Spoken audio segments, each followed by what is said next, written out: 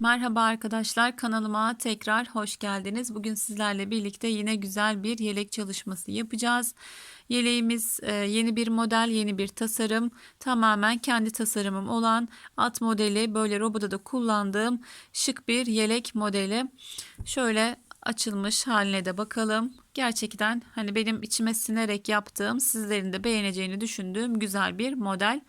Modelimiz daha farklı bir modelde aslında benim gördüğümde. Yabancı bir sayfada şöyle parça olarak görmüştüm. Hemen yeleğime uyguladım. Ama arada tersler vardı arkadaşlar.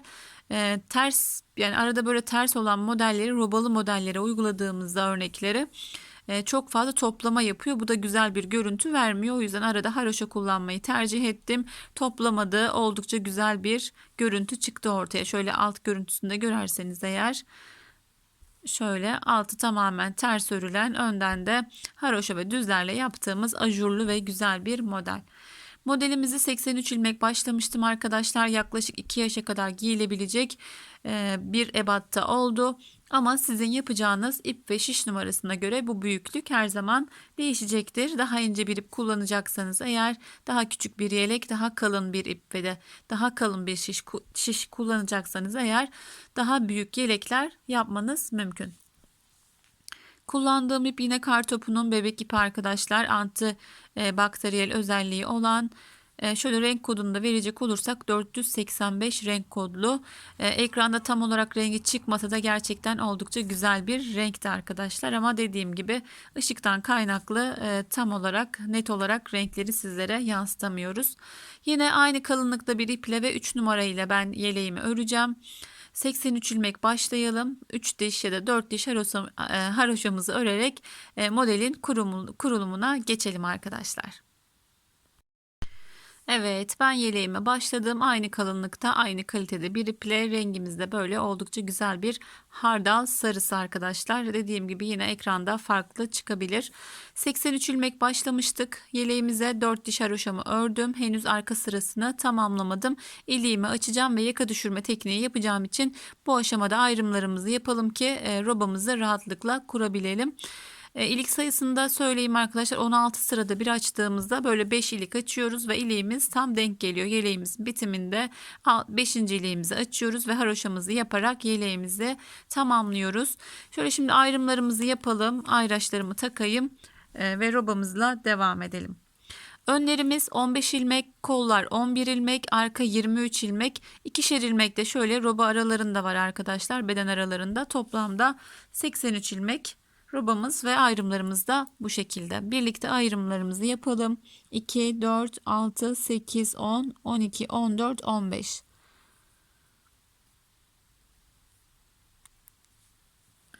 İki ilmek beden arasında vardı.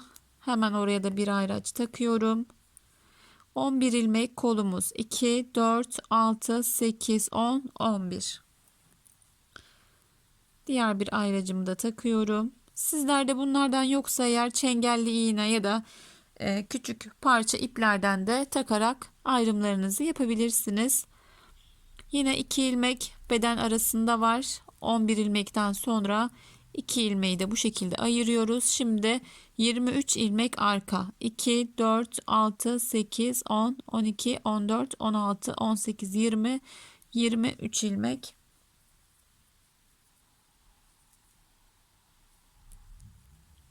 Yine 2 ilmek beden arasına koyuyoruz.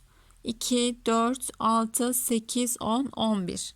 11 ilmek yine kolumuz. 2 ilmek yine beden aralığı.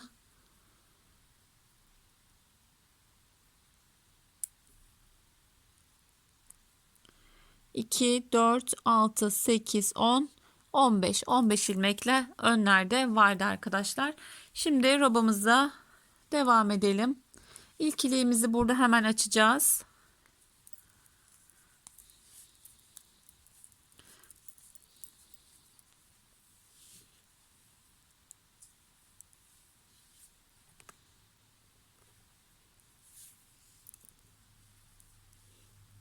Dört ilmek örüp hemen artırarak ilk iliğimi açıyorum. 4 ilmek ördüm. Bir artırdım. İkisini birlikte alarak ilk ilmeğimi açtım. Bebek yeleklerin neredeyse tümünde yaka düşürme tekniği uyguluyoruz arkadaşlar. Bazı modeller uygun değil düşürme tekniği uygulamaya.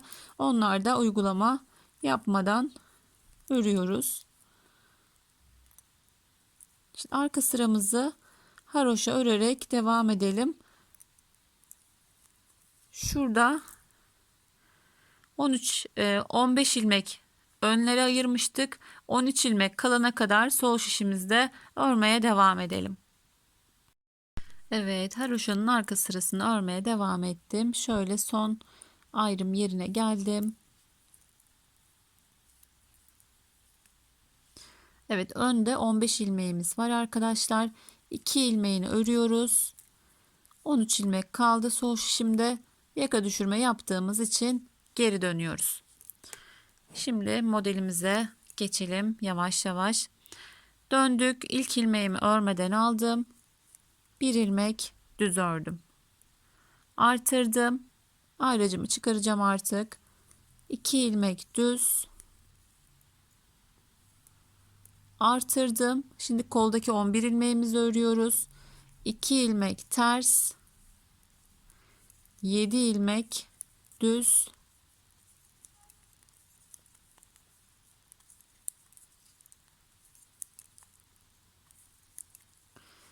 2 ilmek ters, 7 ilmek düz, 11 ilmek vardı kolumuzda. Şöyle katı açılmış ipimin hemen düzelttim. 2 ilmek ters. Şöyle bir özetleyeyim arkadaşlar. Geri dönüşümüzü yaptık. 13 ilmek ördük, döndük. 15 ilmek ön. Şöyle sayacak olursak artırdık. 2 ilmek düz artırdık. 2 ters, 7 ilmek düz, 2 ters. Yine burada artırdım. 2 ilmek düz artırdım. Arkadaki ilmeklerimi düz olarak örüyorum. 23 ilmek.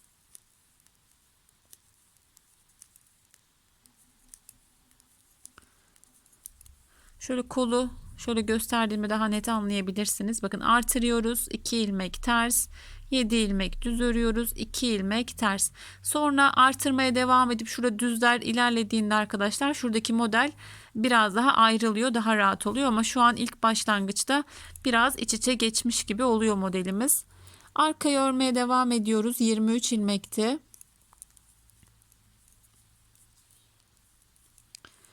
Artırma yerine kadar 23 ilmek düz örüyoruz.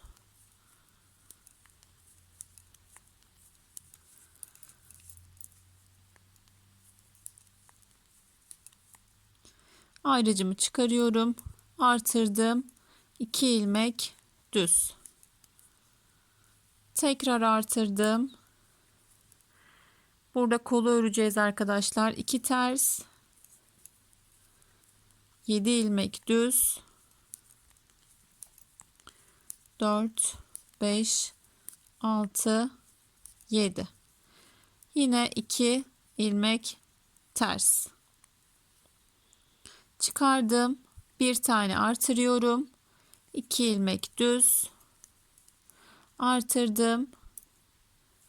Burada da 2 ilmeğimi örüyorum. Yaka düşürme tekniği yaptığım için geri dönüyorum. Arka sıramız tamamen ters örgü olacak.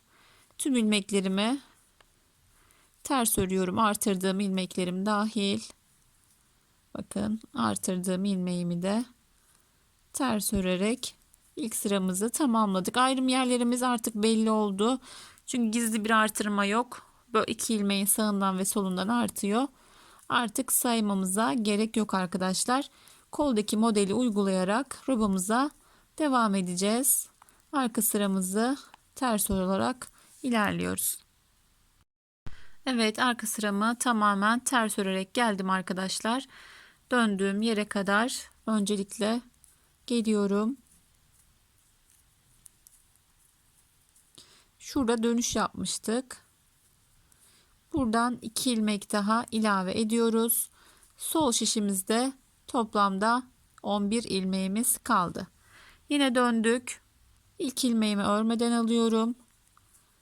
Düz örerek geliyorum. Bakın 2 ilmeğimiz vardı beden arasında. Şöyle de görebilirsiniz. Şerit şeklinde bu devam edecek. Artırdığım ilmeği düz örüyorum. Hemen öncesinde sonrasında artırıyorum. 2 düz, yine artırdım. Burada şimdi modelimizi uygulayacağız. Artırdığım ilmeği, bakın artırdığım 2 ilmekten sonra artırdığım ilmeği düz ördüm. 2 tersim var burada. Haroşa ters ördüğüm için ters olarak söylüyorum arkadaşlar. 2 ilmeğim haroşa. Burada şimdi artırıyoruz bir tane. Haroşamızı ördükten sonra 2 ilmeği çevirdim. İlk ilmeğimi sağa doğru kestim. Pardon, sola doğru ilmeğimi çevirdim. Sola doğru kestim. 1, 2, 3 ilmek örüyorum. Bu kez sola doğru kesiyorum.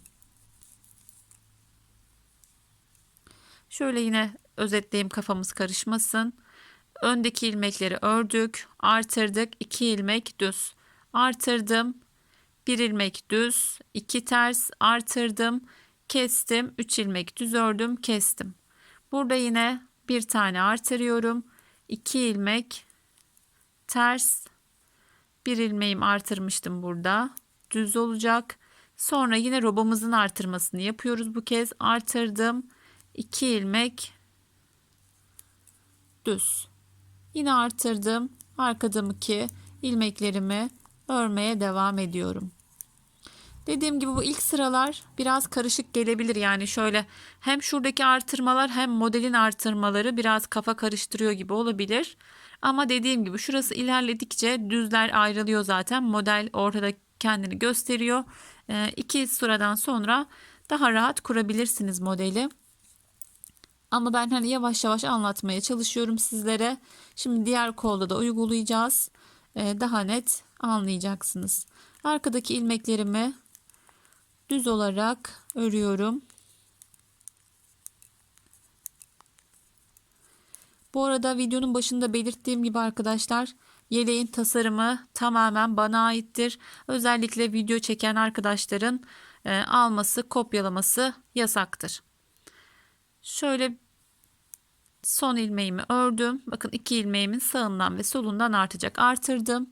2 ilmek düz. Artırdım. Artırdığım ilmek, bir önceki sırada artırdığım ilmeği düz örüyorum. Geri geldim. 2 ilmek ters. Burada şimdi modeli kuruyoruz. Bir tane artırdım. İlmeğimi çevirdim ve sola doğru kestim. Sonrasında 1, 2, 3 ilmek düz. Bakın şuradaki ilmeklerim ters. Kesimimi yaptım. Bir tane artırıp 2 ilmeği ters ördüm. Yani burada modelimizi uyguladık. Şimdi bir düz örüyoruz. 2 ilmeğim vardı. Artırdım hemen öncesinde. 2 ilmeğimi ördüm. Yine artırdım. Önden ilmeklerimi düz olarak örüyorum. Yine burada da dönüş yaptığım yerden sonra 2 ilmek ilave ediyoruz yeleğimize. Döndük. Yine arkamız tamamen, arka sıramız tamamen ters örgü.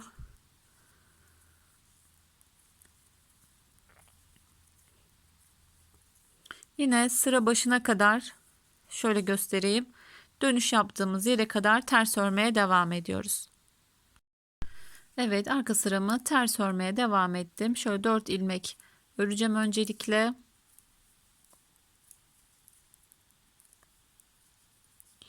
Yine buradan 2 ilmek ilave ediyorum. 2, 4, 6, 8, 9. 9 ilmeğimiz kaldı. Sonraki sırada 2 ilmek daha ilave ederek yaka düşürme tekniğini tamamlamış olacağız. Yine döndük. Şöyle ilk ilmeğimi örmeden aldım. Artırma yerine kadar düz örerek ilerliyorum. Artık saymamıza gerek yok. Bakın 2 ilmek burada belli artık. Öncelikle sağından artırdım. Sonra bir kez de solundan artırdım. Şimdi yine koldaki modele geldik arkadaşlar. Artırdım, 2 ilmek düz. 2 ilmek burada tersimizde sabit, yani haroşa arkadaşlar aslında, ama ben ters ördüğüm için ön yüzde ters, arka sıra tamamen ters örerek daha kolay uyguluyorum. Şöyle modelimizi de alalım önümüzde. 2 ters, şu bir ilmeğimiz düz, sonrasında artırdık, ilmeğimi çevirdim ve kestim. Bir ilmek düzüm var, yine sola doğru bu şekilde kesiyorum, artırdım, bir düz. Modelimizi yaptık. 2 ilmek ters, 2 ilmek düz. Burada yine artırma yerine geldik. 2 düzümüzü yapıyoruz ve sonrasında da artırmamızı yaparak arkadaki ilmekleri düz örüyoruz. Şöyle model bakın, koldaki yavaş yavaş belli olmaya başladı. Dediğim gibi ilerleyen sıralarda hani şuradaki ayrım yerlerinden ayrılmış oluyor model. Şurada düzler ilerledikçe daha net ortaya çıkıyor. Şimdi arkadaki ilmeklerimizi örmeye devam edelim. Diğer kolumuzu da aynı şekilde yapacağız. Bu renkte sanırım daha güzel gösterecek model kendini. Renk oldukça tatlı ve sevilen bir renk.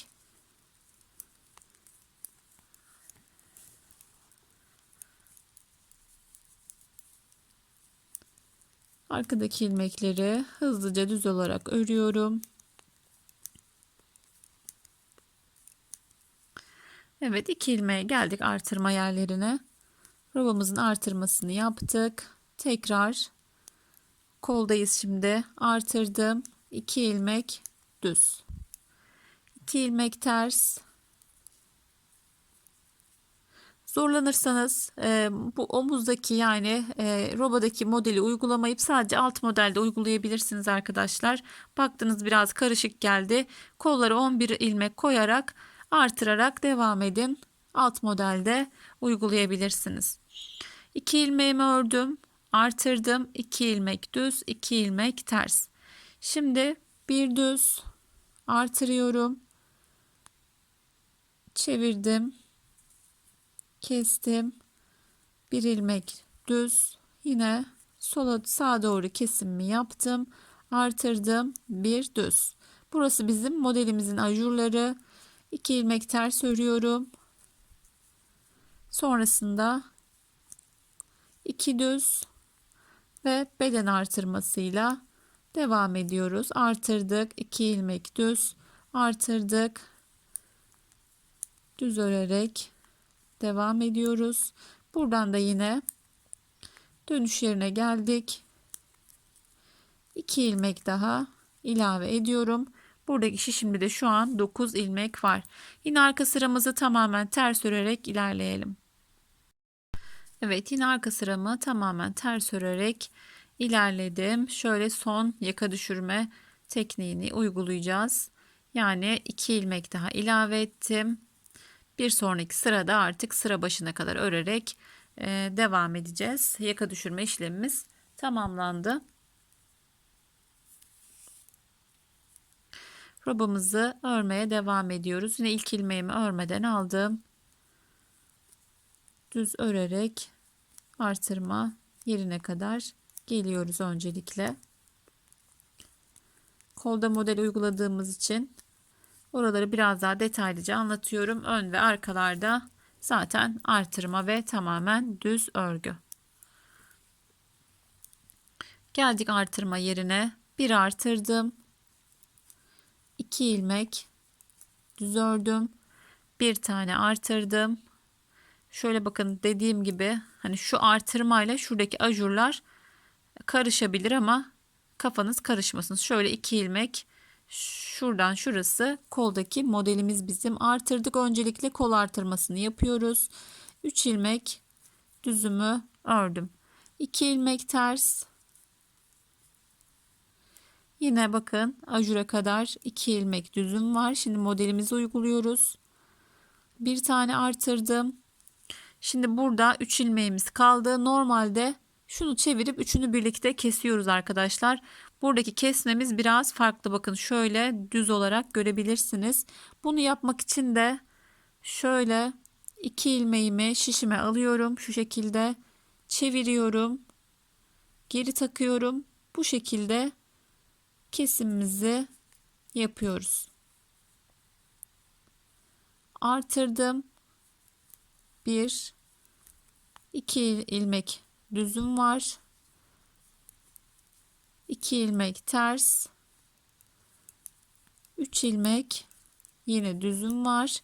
Koldaki normal artırma yerine geldik. 2 ilmek düz artırdım. Arkadaki ilmeklerimi düz örüyorum. İşlemi yine diğer kolda da uygulayacağız arkadaşlar. Kafanız karışmasın. Bu şekilde kesim yaptığımızda, hatta şöyle yeleğimizi çevirecek olursak şöyle düz, yani tam ortadaki ilmekten kesmiş oluyoruz. Görüntü biraz daha farklı duruyor. Devam edelim şimdi örmeye.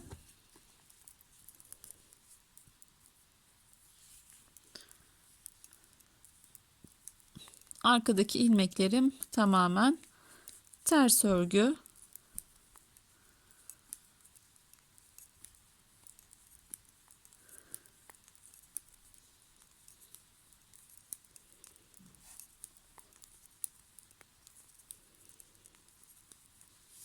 Rubamız ilerledikçe ilmeklerimiz de artıyor, haliyle biraz daha ağır ilerliyor. Ama bu sıraları tam anlatmak zorundayım arkadaşlar. Şu modeli bitirip en azından diğer modeli de başlamak gerekiyor. Artırdım. 2 ilmek düz ördüm. Artırdım. Kol artırmamı yaptım. 3 ilmek düz. 2 ilmek ters. Şimdi modelimizi uygulayacağız. 2 ilmek düzümü ördüm. Kesme işlemini dediğim gibi normalde bunu çeviriyoruz. Üçünü birlikte kesiyorduk arkadaşlar. 1 2 2 ilmeği şu şekilde şişime takıyorum. Çıkarıyorum. Bu şekilde, yani çevirerek geri takıyorum. Bakın şu ortadaki ilmek başa gelmiş oluyor. Oradaki ilmekle kesme işlemini yapıyoruz. Yine artırdım. 1 2 ilmek düz ördüm. 2 ilmek ters. 3 ilmek düz. Şuradaki 9 ilmek bizim modelimizin olduğu ilmek. Diğer ilmekler artık artarak kolumuza dahil olan ilmekler olacak. Bakın buradaki 11 ilmek sabit. Burada artarak kolumuz genişleyerek devam edecek. 2 ilmek düz. Diğer ilmeklerim artırdım. Yine düz olarak devam ediyor. Robanın açık halini atmıştım. Yine bunu da atarım arkadaşlar Instagram sayfasına. Hani az çok model çıkarabiliyorsanız eğer, görselden bile hani şöyle bakıldığında açık halinden modeli rahatlıkla çıkarabilirsiniz. Buradan da 2 ilmek ilave ettik. 2, 4, 6, 7. Burada da yaka düşürme işlemimiz tamamlandı arkadaşlar. Arka sıraya geldik. Artık sıra başına kadar ters örmeye devam ediyoruz. Tersimizi örelim ve devam edelim. Evet arkadaşlar, bir modelimizi geride bıraktık. Yeleğimizde bakın az çok şekillenmeye, belli olmaya başladı. Şimdi devam ediyoruz. Bu sıramız oldukça kolay. İşlem yapmayacağız. Sadece ilmeklerimizi gördüğümüz gibi öreceğiz ve artırmalarımızla devam edeceğiz. Modelimize bir sıra ara veriyoruz. Sonrasında tekrar kurarak devam ediyoruz. 2, 4, 6, 7. 7 kenar patımı ördüm. Öndeki ilmeklerimi düz örerek hızlıca geçiyorum.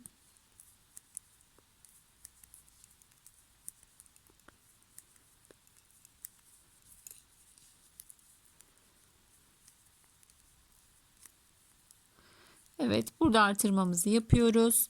2 ilmek düz. Tekrar artırdım. Kolda dediğim gibi düzlerimizi örüyoruz. 2 ilmek ters. Bunun arkasında ters ördüğümüzde haroşamız oluyor. 2 ilmek ters, sonra 7 ilmek düz. Aynı başlangıçta yaptığımız gibi arkadaşlar 2 ters 7 düz olarak başlamıştık. Burada kesme artırma yok modelimizde. Bir sıra ara veriyoruz. 7 ilmek düz, 2 ilmek ters.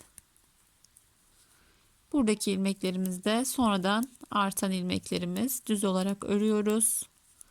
Artırıyorum. 2 ilmek düz artırdım. Arkadaki ilmeklerimi hızlıca düz olarak örüyorum.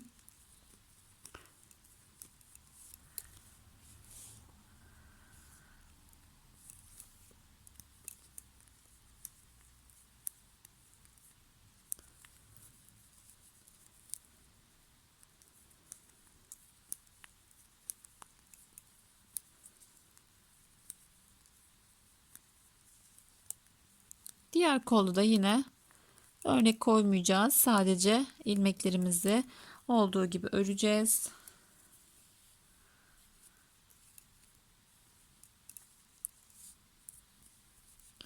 Böyle robasında model koyduğumuz robalar çok daha keyifli oluyor aslında arkadaşlar. Çok fazla sıkılmıyoruz. Düz robaları örmesini ben çok sevmiyorum açıkçası. Böyle desen olursa eğer hani şunu da yapayım, bir tane daha yapayım, dur kapatayım, açayım derken çok çabuk bitiyor roba. Düz robalar her zaman sıkıyor. Yine kolda da artırmamızı yaptık, arkayı ördük. Hemen iki düzümü ördüm. Yine kola geldik arkadaşlar. 1 2 3 4 ilmek düzümü ördüm. Artırdım. Pardon, artırmıyoruz burada. Düzümü ördüm. 2 ilmek ters, yine 7 ilmek düz. Artırmalarımız sadece 2 ilmeğin sağından ve solundan. Buradaki ajurlar modelimize dahil olan ajurlar. 2 ters, yine artırma yerine kadar diğer ilmeklerimiz düz. Artırma yerine geldim, artırdım. 1 2 düz artırdım. Düz örmeye devam ediyorum.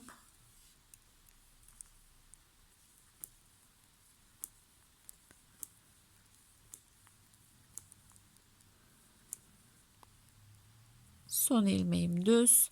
Diğer ilmeklerim kenar patım, haroşa örgü arkadaşlar. Bu sıramızda tamamladık. Arka sıramızı yine tamamen ters örgü örelim. Diğer sıramızda devam edelim. Evet arkadaşlar, toplamda 5 sıra artırmamızı geride bıraktık.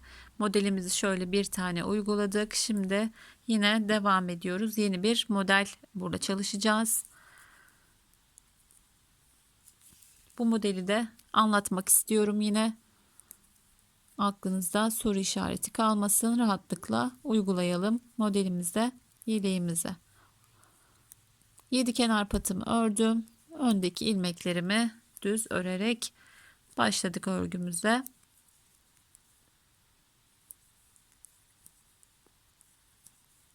Artırma noktasına kadar düz olarak örüyoruz. Bakın bu ilmeğimizi de ördük. 2 ilmeğimizin öncesinde artırdık.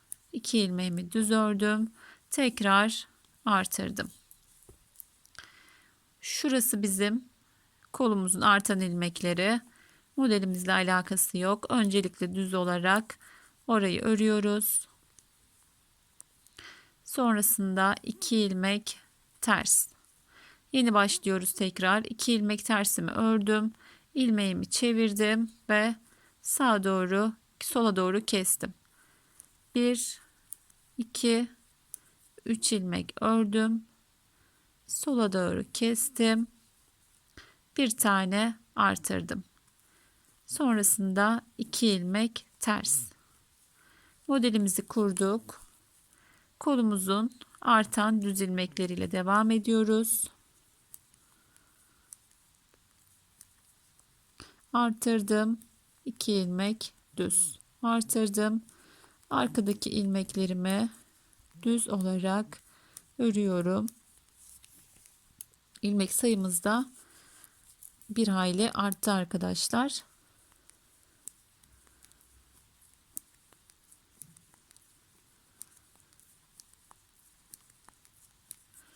O yüzden düz ilmeklerimi oldukça hızlı olarak örüyorum ve geçiyorum.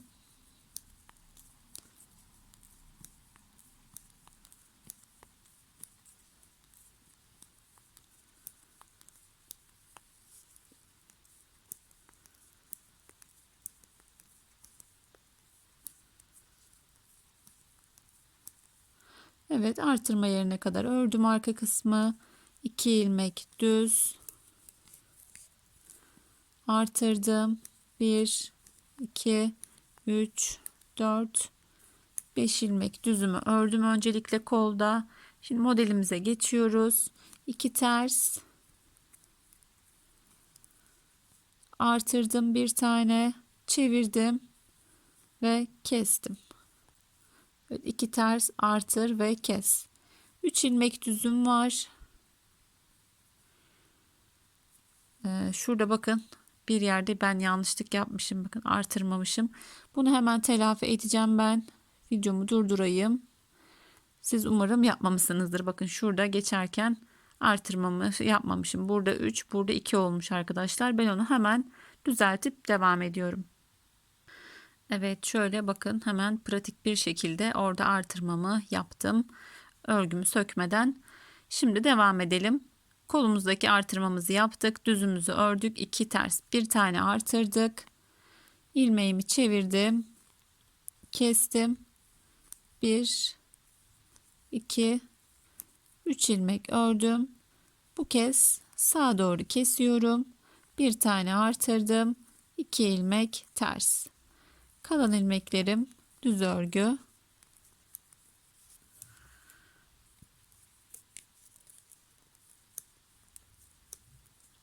Yine artırma yerindeyim.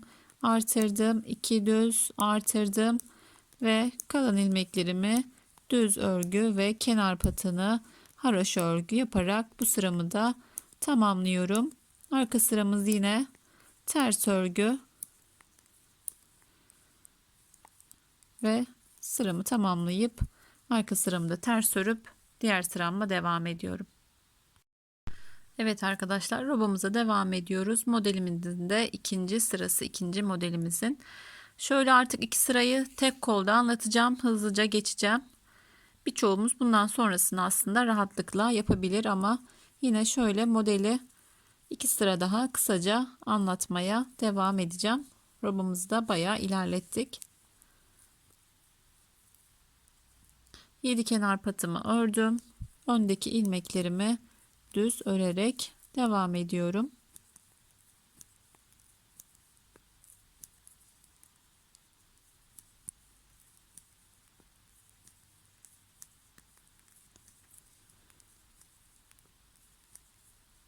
Artırdım, 2 ilmek düzümü ördüm. Artırdım. Öncelikle model olmayan kolumuzdaki düz yeri örüyoruz. Sonrasında 2 ilmek ters. Şurada artırdığım ilmeğim düz. Yine artırıyorum. İlmeğimi çevirdim. Kestim. Bir ilmek düz. Yine sağa doğru kestim. Artırdım. Bir ilmeğim düz. 2 ilmek ters. Yine diğer ilmeklerim artırma bölümüne kadar düz ilmek. Evet, bu sıramızda bu şekilde, sıra sonuna kadar anlatmayacağım. Şöyle yine bir özetleyeyim. Bakınca da az çok tahmin edersiniz. 2 ilmeğimizi örüyoruz. Bir ilmek düz, bir tane artırdık, bir kestik, bir düz, yine bir tane kestik, bir artırdık, bir düz ve kenardaki 2 ilmeklerimiz ters örgü. Arkada da ters ördüğümüzde haroşa örgü olmuş oluyor arkadaşlar. Yine bu kolumuzda da aynı şeyi uygulayacağız. 2 ters öreceğiz. Artırdığımız ilmeğimiz düz. Şurada artırmamızı yapacağız. Keseceğiz. Bir düz, yine 2 ilmeği birlikte artırıp düzümüzü örüp devam edeceğiz. Şimdi bu sıramızı tamamlayalım, ön ve arka sırasını. Son kez yine kesme sıramızda anlatacağım. Sonrasında robamızı örmeye devam edeceğiz. Evet arkadaşlar, şimdi son sıramı anlatıp ben robamı örmeye devam edeceğim. Şöyle bakıldığında zaten modelimiz hani şuradaki ayrımlardan oldukça uzaklaştı ve daha net, daha kolay örmeye devam edebiliriz bundan sonrasını. Dediğim gibi yine şöyle görsellerine hani baktığınızda da çok şöyle kafa karıştıracak gibi durmuyor. Yaparken çok yakın gibi olsa da şöyle bakıldığında bakın gayet ayrı bir model. Koldan artırmalardan bağımsız ilerleyen bir model. Ama dediğim gibi yine tekrar söylüyorum.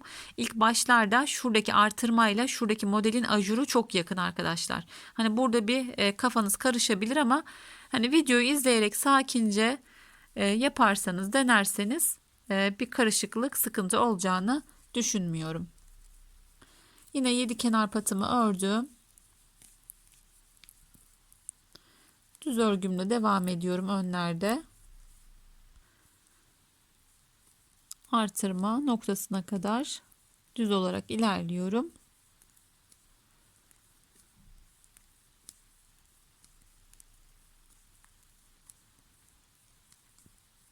Artırdım. 2 düzümü ördüm. Artırdım. Şu ters yere kadar, ters olan, haroşa olan yere kadar düz örü olarak geliyorum yine. 2 tersimi örüyorum. Sonrasında bakın 2 düz. Modelimizi kesme işlemini bu şekilde yapıyorduk. Son 3 ilmeğimiz kaldı. Bu şekilde alıyoruz. Aynı sağa doğru kesim yapıyormuş gibi. Ama çeviriyoruz. Geri takıyoruz. Yani ortadaki ilmekle burayı kesmiş oluyoruz. Bakın yine şurada artırmamı ben yapmamışım arkadaşlar. Onu unutmayalım. 2 tane örüyoruz. Şöyle artırmamı yaptım. Bir önceki sırada da burada yanlışlık olmuştu. Sizler karıştırmayın. 2 ters, 2 düz, bir tane artırıyoruz. Üçünü birlikte örüyoruz. Tekrar artırdım ve düz ilmek. 2 tersimi ördüm. Diğer ilmeklerim düz örgü. Bu şekilde devam edeceğiz. Bir sonraki sırada işlem yapmayacağız yine. Burası 2 ters, 7 düz, 2 ters. Diğer yerler düz şeklinde bir sıra ara veriyoruz modele. Sonrasında yine bu şekilde kurarak toplamda 1, 2, 3, 4, 5. 5 model olduğunda robamızı artık tamamlamış oluyoruz arkadaşlar. Sonrasında yine 3 diş haroşamızı yapalım. 5 model olduğunda haroşamızı yapalım. Alt model kurulumuyla devam edelim. Şurayı saydığımızda toplamda 20 artırmamız olacak arkadaşlar. İliğimizde yine 16 sırada bir açmaya devam edelim. Ben şimdi robamı bitirene kadar örmeye devam ediyorum. Evet arkadaşlar, robamız tamamlandı. Şöyle bakınca bu renkte oldukça güzel yakıştı modelimize. Toplamda 5 model ve 20 artırma olduğunda robamızı tamamladık. Şöyle söyleyeyim, model bittiğinde bir sıra düz örüyorduk. Burada düzü yapmadık çünkü düzü yaparsak 21 sıra oluyor toplamda. Düzü yapmadığımızda 20 sıra yapıyoruz. Hemen üzerine haroşayı yaparak modelimizi tamamlıyoruz. Şimdi modelimizin ayrımlarını bu tür robolarda zaten yakadan ayrım yaptığımız için bakın ayrım yerleri zaten belli. Burada arada 2 ilmek var. Bu ilmeğin birini bedene, birini kola verecek şekilde şöyle hatta ayraçlarımızı takalım.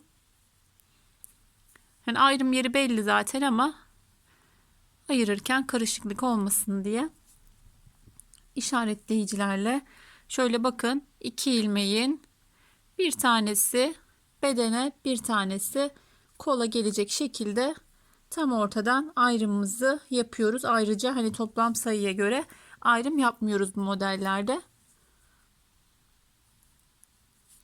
Şimdi ayrım yaptığımızda yani kol beden ayrımı yaptığımızda bedende toplam 137 ilmek kalıyor arkadaşlar, kollar hariç. Modeli kurmak için de bizim toplam 156 ilmeğe ihtiyacımız var. Bir koldan 9, bir koldan 10 artırma yaptığımızda toplam sayıya ulaşmış oluyoruz. Ben aslında böyle hani 9 ya da 10 artırma çok fazla yapmıyorum bazen. Çok geniş olmasın kol altı diye. Gizli artırmalar yaparak bazen hani o sayıyı düşürebiliyorum ama böyle kafanız çok fazla karışmasın diye toplamda kol artırmasını sadece kol, yani toplam beden artırmasını sadece koldan yapacağız. Ama dediğim gibi hani şura çok geniş olmasını istiyorsanız gerekli sayıyı aralarda robanın haroşaya geçtiğiniz kısımlarda ayarlayarak yapmanız mümkün ama şimdi anlattığım şekilde, yaptığım şekilde sizlere de anlatacağım. Geçelim şimdi ayrımlarımıza. İşaretleyicilerimizi koyduk. Ayrım yerlerimiz dediğim gibi zaten belliydi. Kol beden ayrımını yapalım. Bir kolda 9, bir kolda 10 artırma yaparak model sayımıza da ulaşalım arkadaşlar. Öncelikle bir ön, bir kol örüyoruz. Haroşamızın 3. haroşamızın arka sırasındayız. Burada kol kesme ve artırma işlemini yapacağız. Ben bir kolu birlikte sizinle keseceğim. Sonrasında devam edeceğim. Şöyle örmeye devam edeyim haroşamı. Şuradaki yeşil ayrıcıma kadar bir ön, bir kol şeklinde örmeye devam ediyorum. Evet, şöyle bir ilmeğim kaldı. Görebilirsiniz. Bir ön, bir kolumuzu ördük. 3. haroşamızın arka sırasındayız. Şimdi burada kol kesimimizi yapıyoruz. Kanalımı zaten takip ediyorsanız farklı bir teknikle kol ve beden ayrımı yapıyorum. Mutlaka böyle yapanlar da vardır ama farklı çalışmalarda yapanlar elbette vardır. Siz kendi tekniğinizle de kesebilirsiniz. Ama bu şekilde yaptığımda kol altı kesimleri çok daha düzgün oluyor arkadaşlar. Hem artırmamızı da yapacağız burada. Bir sırada üzerine öreceğiz. Aynı anda birçok işlemi yapmış oluyoruz. Kol kesimini yaparken ne çok gergin ne de çok bol, özellikle gergin olmamasına arkadaşlar, çok sıkı olmamasına dikkat edelim. Rahat bir kesim yapalım ki kol ağzı daralmasın ve gerginlik olmasın. Yine kolda farklı kesme teknikleri var. Tırtıklı kesme tekniği gibi. Onları da kullanabilirsiniz. Özellikle kız bebek yeleklerine farklı bir hava katıyor. Yine kanalımda tırtıklı kesme tekniği diye onun da yapımını bulabilirsiniz. Kolumuzu kesmeye devam edelim. Evet, şöyle birkaç ilmeğimiz kaldı. Yelek örerken bu kol beden ayrımını hiç sevmiyorum arkadaşlar. Bir de ucundaki 5 haroşa bitmek bilmez. Hiç sevmediğim aşamalardan bir tanesi. Son bir ilmeğimiz kaldı. Şişteki ilmeğimizi de keseceğiz. Ve kesimimiz tamamlandı. Bakın oldukça esnek ve düzgün bir kesim yaptık kolumuzda. Şimdi burada 10 ilmek artırma yapalım. 1, 2, 3, 4, 5, 6, 7, 8, 9, 10. Yani toplamda 19 ilmek artırmamız gerekiyor arkadaşlar.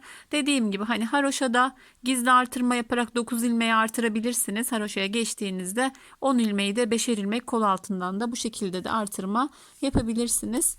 Ama bir kez deneyin bu şekilde. Yeleğimizde gösterdiğim şekilde yapın.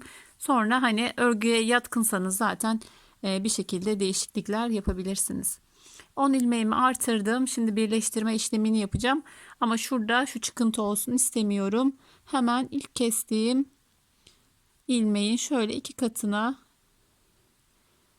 takıyorum şişimi.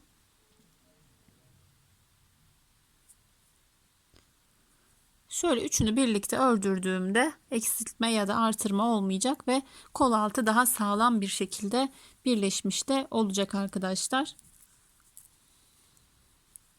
Şöyle biraz burası gerilebilir.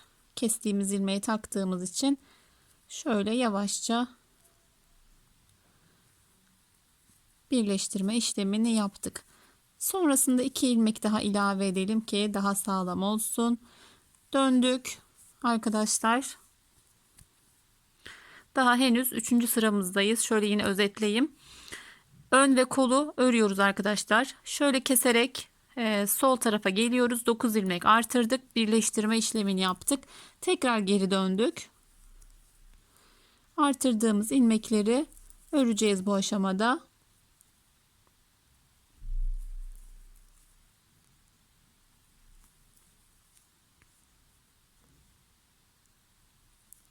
Şöyle tüm ilmeklerimizi ördürüyoruz.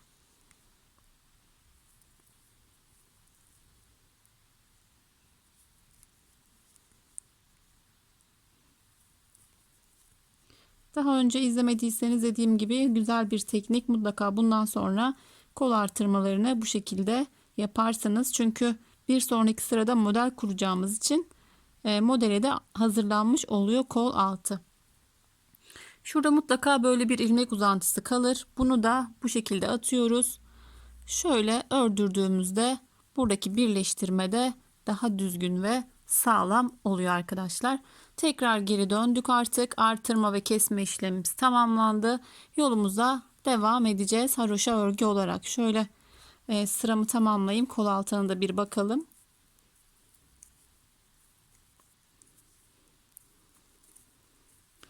İlk kol artırmamızı tamamladık. Aynı anda birkaç işlemi yapmış olduk.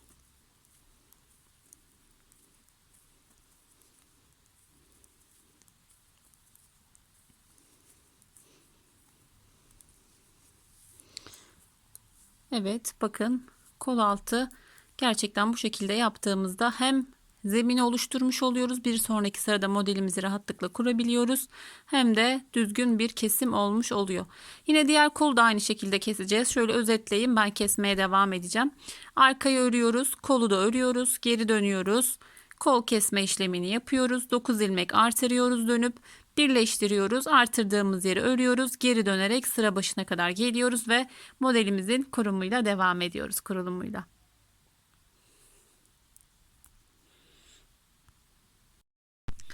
Evet arkadaşlar, her iki kolumuzun da ayrımları tamamlandı. Kol artırmalarını yaptık. Toplamda şu anda bedende 156 ilmeğimiz var. Burada bu aşamada kontrolünü yaparsanız modelimizi rahatlıkla kurabiliriz. Geçelim modelin yapımına. Kolda zaten uygulamıştık. Az çok biliyoruz modelin yapımını. Ama birlikte bir model kadar yapacağız. Ayarlayacağız sayılarını. Sonrasında sizler de rahatlıkla devam edebileceksiniz. 2, 4, 6, 7.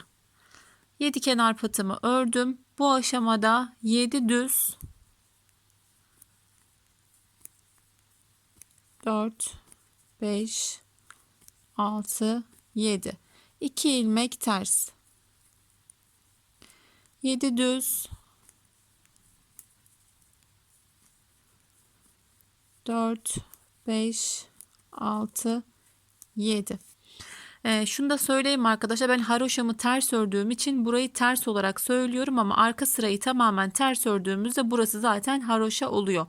Eğer siz haroşayı düz örüyorsanız eğer buradan hep düz yapmanız gerekiyor. Arkadan 2 ilmeği düz örerek haroşa yapmanız gerekiyor ama bu şekilde yaparsanız çok daha kolay olur. Yani önden modeli kuruyoruz, arkadan tamamen ters örüyoruz. Arkada işlem olmadığında çok rahat ilerliyor modelimiz. Ben ters dediğimde yani arkasını düz yapmayın ki modeliniz toplamasın. Önde 7 düz, 2 ters yapıyoruz. Arkayı tamamen ters öreceğiz. 2, 4, 6, 7. Yani haroşayı ters örmek her zaman büyük avantaj arkadaşlar. Dediğim gibi çok modelde hani önde görerek modeli kuruyoruz. Arkada tamamen ters örüyoruz. Arkadan modeli takip etmesi oldukça zordur her zaman.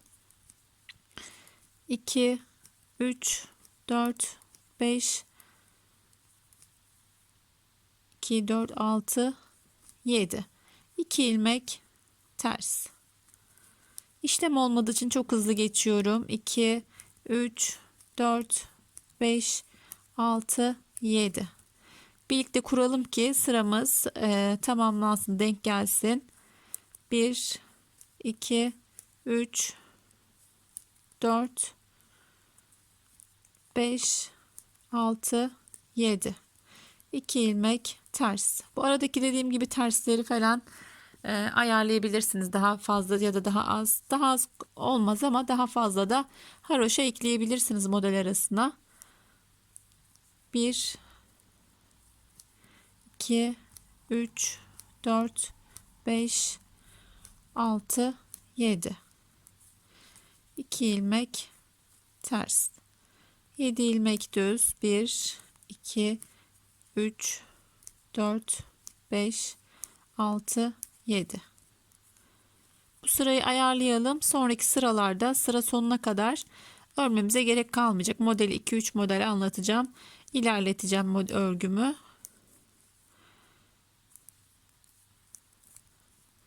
2 ilmek ters.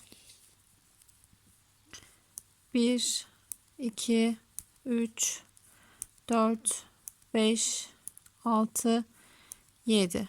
2 ilmek ters. Devam ediyoruz.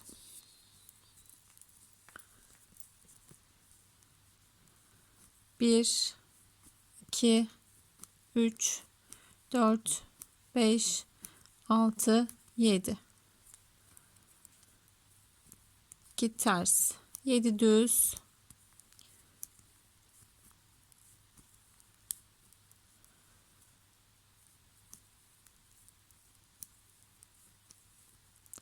2 ilmek ters. 3, 4, 5, 6, 7. 2 ilmek ters. 7 ilmek düz.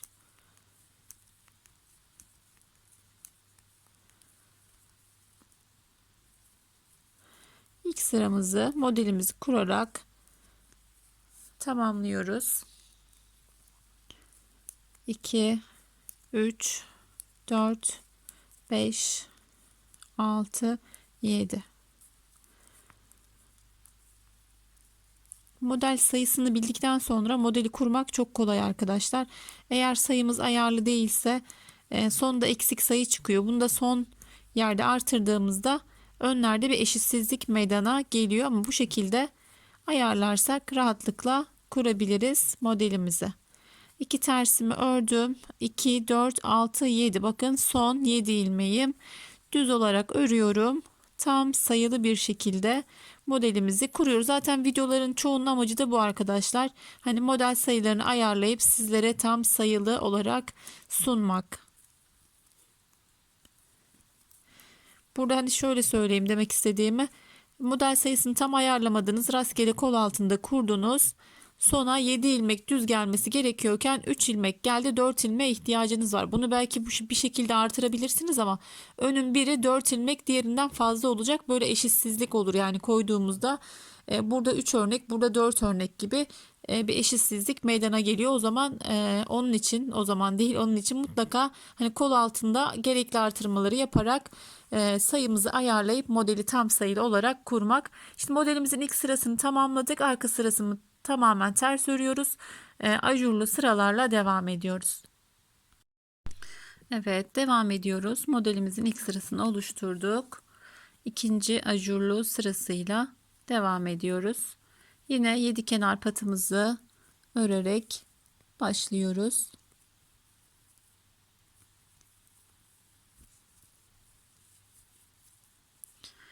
Bir artırdık. İlk ilmeği çevirdik. Sola doğru kestik. 1, 2, 3 ilmek ördük. Bu kez sağa doğru bir kesim yaptık. Bir tane artırıyoruz. 2 ilmek ters. Bir artırdım. İlk ilmeğimi çevirdim. Kestim. Yine 1, 2, 3 ilmek örüyorum. Sağa doğru kesiyorum ve artırıyorum. Aradaki 2 ilmeğim ters. Oldukça kolay, dediğim gibi zaten kolda uygulamıştık. Aynı şekilde sıra sonuna kadar bu şekilde devam edeceğiz. Birlikte birkaç tane daha yapalım. Artırıyoruz. İlmeğimizi çevirerek kesiyoruz. Bakın iki tersin sağında ve solunda artırma var. 1 2 3 ilmek örüyorum.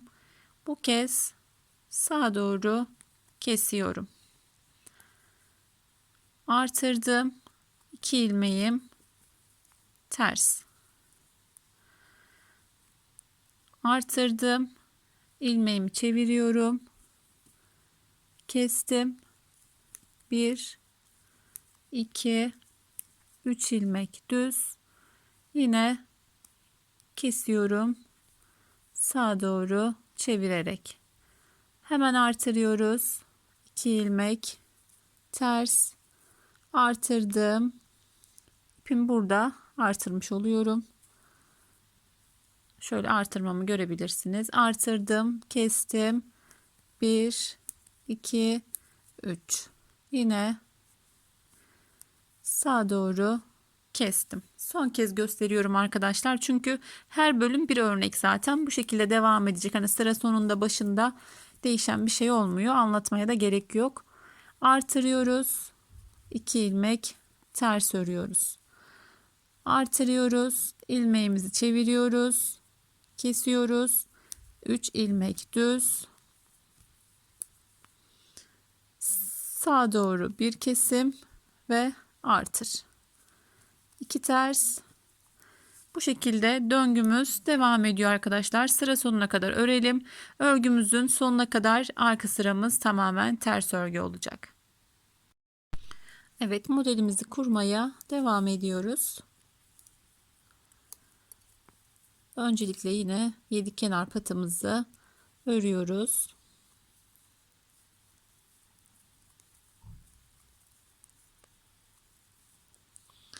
Yedi kenar patımı ördüm. Bakın artırdığım ilmek düz. Sonrasında artırıyorum. Yine ilmeğimi çevirdim. Sola doğru kestim. Bir düz. Sağa doğru bir kesim.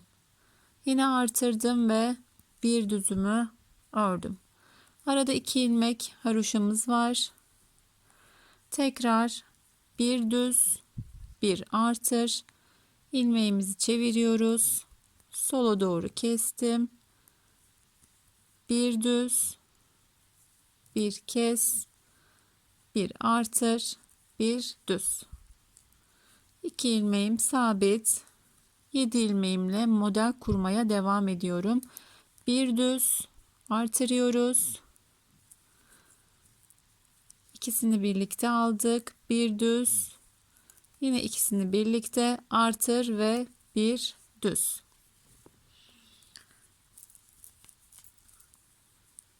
2 ilmek tersimi örüyorum. Yine modele geldik. Bir düz artır. İlmeği çevirerek kestim. Bir düz. Yine kestim. Artırdım. Bir düz. Son kez yapalım. 2 ilmek tersimi ördüm. Bir ilmek düz artırdım. İlmeğimi çevirdim. Kestim. Bir düz. Sağa doğru kestim. Artırdım. Bir düz. Sonrasında aradaki 2 ilmeğim haroşa örgü. Şöyle görebilirsiniz. Bakın buralar sabit. Bu da kapanarak üçgen olacak şekilde kesiyoruz ve artırmaya devam ediyoruz. Ajurlu ikinci sıramızda bu şekilde arkadaşlar. Örmeye devam edelim ve son sıramızla ilerleyelim. Evet, son sıramızla devam ediyoruz. Yine 7 kenar patımızı haroşa örgü olarak başlıyoruz.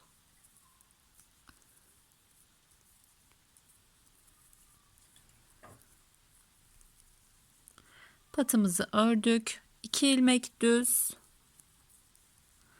Bir tane artırdık. Aynı yine kolda yaptığımız gibi son kesme işlemini 2 ilmeği çeviriyoruz. Ortadaki ilmek başa gelecek şekilde kesme işlemimizi yapıyoruz. Yine artırdık. 2 ilmek düz. 2 ilmek haroşamızı örüyoruz. 2 düz, artırdık. Bu şekilde aynı kesiyormuş gibi sağa doğru kesim yapar gibi şişimizi takıyoruz. Geri geçirerek üçünü birlikte ördürüyoruz. Ve artırdık. 2 ilmek düz.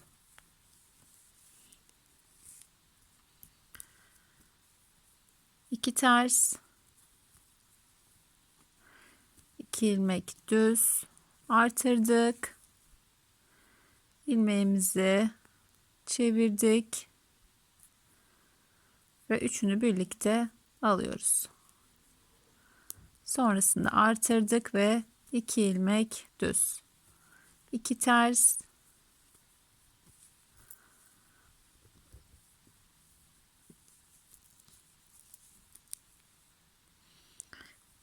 Bir, iki düz ördük. Artırdık. İlmeğimizi çevirdik. Üçünü birlikte ördürdük.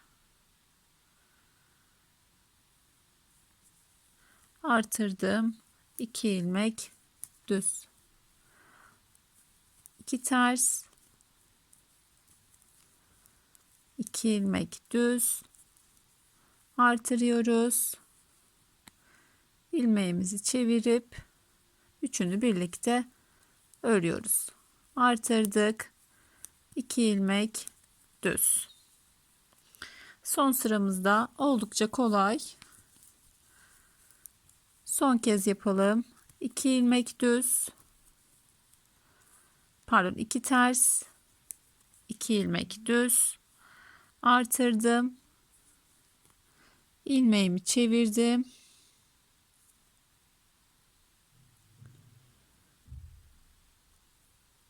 Üçünü birlikte örerek kesme işlemini yaptım. Artırdım. 2 ilmek düz. Evet, modelimiz de burada tamamlanmış oluyor arkadaşlar.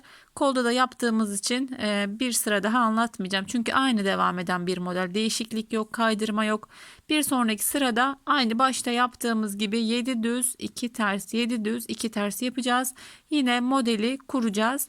Buradan sonrasını videoyu roba sonrası başına alarak, yani robadan sonraki aşamayı alarak devam edebilirsiniz kolaylıkla. Yani çok fazla dediğim gibi anlatmaya, uzatmaya gerek yok.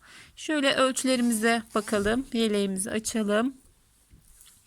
Modelimizi sayacak olursak şöyle 1, 2, 3, 4, 5, 6, 7, 8, 9, 10 ve 11.